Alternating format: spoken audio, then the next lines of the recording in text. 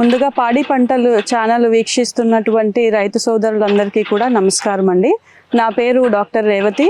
నేను కృషి విజ్ఞాన కేంద్రం ఘంటసాలలో సస్యరక్షణ విభాగంలో పనిచేస్తున్నాను. ఈరోజు మనము తెలుసుకునే అంశం ఏంటి అంటే, మనకి మినుములో కొత్తగా కాండం గజ్జి తెగులు అనేది ఆశించి మొక్కలను నష్టపరుస్తుంది కాబట్టి దాని గురించి క్లుప్తంగా తెలుసుకుందామండి. మినుములో గత 4-5 సంవత్సరాల నుంచి, అంటే సుమారు 2017-18 సంవత్సరం నుంచి కూడా మనకి వరి మాగాణిలో మినుము సాగు చేస్తున్న రైతులు కానీ, లేకపోతే వరి తర్వాత దమ్ము చేసుకొని మినుము సాగు చేస్తున్న పొలాల్లో కూడా మనము కాండం గజ్జి కొత్త రకం తెగులని గమనిస్తూ ఉన్నాము. ఈ తెగులు ఉధృతి అనేది గమనించినట్లయితే మునుపటి కాలంలో 5-8% నష్ట లక్షణం అనేది గమనించడం జరుగుతుంది. రాను రాను ఉధృతి అనేది పెరిగి మనకి ప్రస్తుతం 2024-25 సంవత్సరానికి గమనించుకున్నట్లయితే నష్ట శాతం మనకి 35 నుంచి కూడా 40% వరకు కూడా మనం గమనించడం జరుగుతుంది. కాబట్టి ముందుగా మనం ఈ తెగులు యొక్క లక్షణాలు, తెగులు యొక్క యాజమాన్య చర్యల గురించి తెలుసుకుందాము. మనకి తెగులు లక్షణాలు గమనించినట్లయితే కాండం గజ్జి తెగులు అనేది మినుము మొక్క మొదళ్ళ దగ్గర మొదలై ఉబ్బెత్తుగా తెల్లటి మచ్చలు అనేవి ఏర్పడడం జరుగుతుంది. ఈ మచ్చలు క్రమేపీ పెద్దవై కాండం పొడవునా కూడా వ్యాపించి పెద్దవై గోధుమ రంగుకు మారుతూ ఉంటాయి. ఉధృతి మరీ తీవ్రంగా ఉన్నప్పుడు ఏంటి అంటే మనకి మచ్చలు అనేవి కాండం చీలిక అనేది గమనించడం జరుగుతుంది. తద్వారా మొక్క ఎదుగుదల అనేది లోపించబడుతుంది. అలానే ఆకులు పసుబారడము, ఉధృతి అధికమై మొక్కలు చనిపోవడం అనేది జరుగుతుంది. సో మనము ఈ మొక్క మొదల దగ్గర గమనించుకున్నట్లయితే తెల్లటి కాండం గజ్జి మచ్చలు అనేవి గమనించవచ్చండి. ఇయే మచ్చలు ఉధృతి పెరిగి మనకి ఈ కాండం చీలికను కూడా మనము గమనిస్తూ ఉంటాం. ఈ ఉధృతి ఎక్కువైనప్పుడు ఈ మొక్క అనేది చనిపోవడం అనేది జరుగుతుంది. పూత పిందె అనేది కట్టకుండా దిగుబడికి నష్టాన్ని కలుగజేస్తుంది. ఈ కాండం గజ్జి తెగులు అనేది మనకి మొక్క లేత వయసు, అంటే 15-20 రోజుల దశ నుంచి కూడా తెగులు ఆశించి మొక్కలు చనిపోవడం అనేది గమనిస్తూ ఉన్నాము.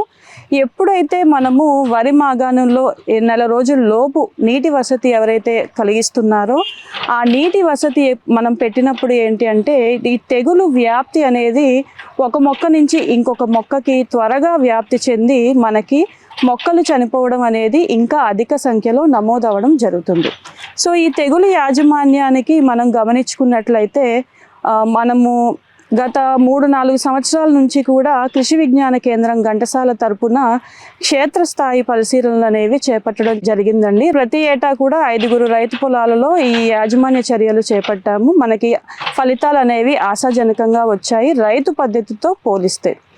మన విషయానికి వస్తే గనక ట్రైకోడర్మా విరిడి అనే జీవ శిలీంద్ర నాశినితో విత్తన శుద్ధి చేసుకోవడం, 10 గ్రాములు కేజీ విత్తనానికి చొప్పున పట్టించుకొని విత్తన శుద్ధి చేసుకొని విత్తుకోవడం. అలానే బాగా చివికిన పశువుల ఎరువు 80 కిలోలు, 20 కిలోల వేపపిండిలో 2 కిలోల ట్రైకోడర్మా విరిడిని పొడి మందును కలుపుకొని 7-10 రోజులు బాగా వృద్ధి చేసుకొని మరి పొలంలో వేసుకోవడం. అలానే మనకి ఎప్పుడైతే మొక్కలు చనిపోవడం గమనిస్తూ ఉన్నామో మెటలాక్సిల్ ప్లస్ మ్యాంకోజెబ్ అనే మందు ఒక 2 గ్రాములు లీటర్ నీటికి చొప్పున కలుపుకొని, లేదా టెబుకొనజోల్ 1.5 మిల్లీలీటర్లు లీటర్ నీటికి చొప్పున కలుపుకొని పిచికారీ రూపంలో కాకుండా నేలను తడిచే విధంగా మనము జాగ్రత్త చేసుకున్నట్లయితే రైతు వారి పద్ధతిలో పిచికారీ రూపంలో చేసిన ఇతర రసాయన మందులతో పిచికారీ చేసిన పద్ధతితో పోలిస్తే మనకి 50-60% వరకు కూడా మెరుగైన ఫలితాలు, మొక్క చనిపోవడం అనేది చాలా తక్కువగా నమోదయ్యడం జరిగింది. ఈ కాండం గజ్జి తెగులు కూడా తక్కువ ఉధృతితో నమోదవ్వడం జరిగి అధిక దిగుబడులు సాధించడం అనేది గత 3 సంవత్సరాల ఫలితాలు ఆశాజనకంగా మనం చూసుకున్నామండి. ఈ పద్ధతిని మనము కృషి విజ్ఞాన కేంద్రం ఘంటసాలలో చేపడుతున్న మినుము విత్తనోత్పత్తి క్షేత్రాలలో కూడా మనం ఇదే పద్ధతిని ఆచరించి మనము ఆశాజనకమైన ఫలితాలను అయితే తీసుకున్నాము. ట్రైకోడర్మా విరిడి అనే జీవ శిలీంద్ర నాశిని ఉపయోగించుకొని విత్తన శుద్ధి మరియు నేలకి అందించడం వల్ల ఈ కాండం గజ్జి తెగులు ఉధృతిని మనము కొంతవరకు అధిగమించి ఆశాజనకమైన దిగుబడులు సాధించవచ్చు. మనకి వివిధ పంటల్లో సాంకేతిక పరమైన సలహాలు, సూచనల కొరకు రైతు సోదరులు కృషి విజ్ఞాన కేంద్రం ఘంటసాల కృష్ణా జిల్లా వారిని సంప్రదించవచ్చండి.